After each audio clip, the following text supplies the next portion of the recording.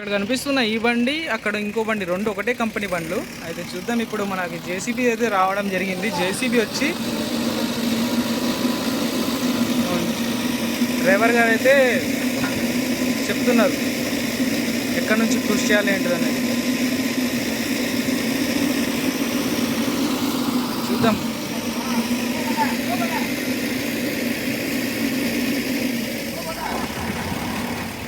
Okay okay okay, super, well done. Thank you అన్న.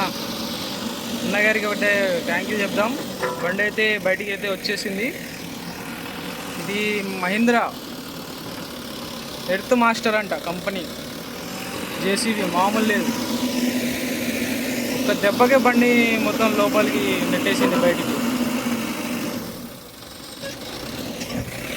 ఈ బండి, అక్కడ కనిపిస్తున్న రెండు బండ్లు సేమ్ కంపెనీ బండ్లే.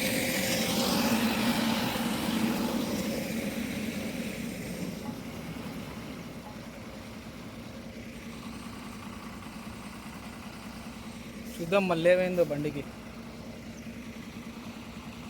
బ్యాక్ వస్తుంది, రావట్లేదు బండి.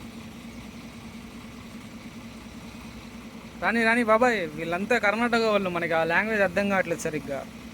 నాకు కూడా వచ్చి చెప్పారు, మరి ఇలా ఇలా సంగతి బాబు, మీకు తెలిసిన వాళ్ళు ఎవరైనా ఉన్నారా అని నేను ఇంగ్లీష్లో అని అడిగాను. వాళ్ళ సేటు ఫోన్ చేశాడు.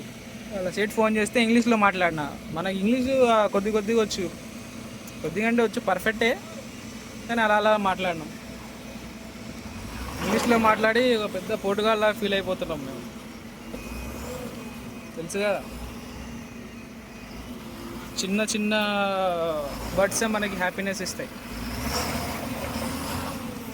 బురదలో బండి మొత్తం టైర్లన్నీ తిరిగిపోతున్నాయి. అసలు ఏం చేయాలి, అసలు ఏం అర్థం కావట్లేదు. మా బండి కష్టంగా పెట్టినాము, చూస్తున్నారు కదా ఎట్లాంటి ప్లేస్లో అయితే బండి పెట్టినాము.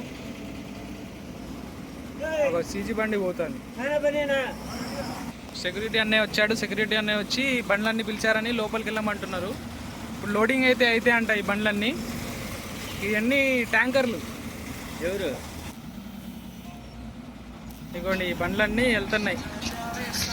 ఎక్కడికి? లోడింగ్ వెళ్తున్నాయి. అక్కడ లోపల ఉంది ఫ్యాక్టరీ.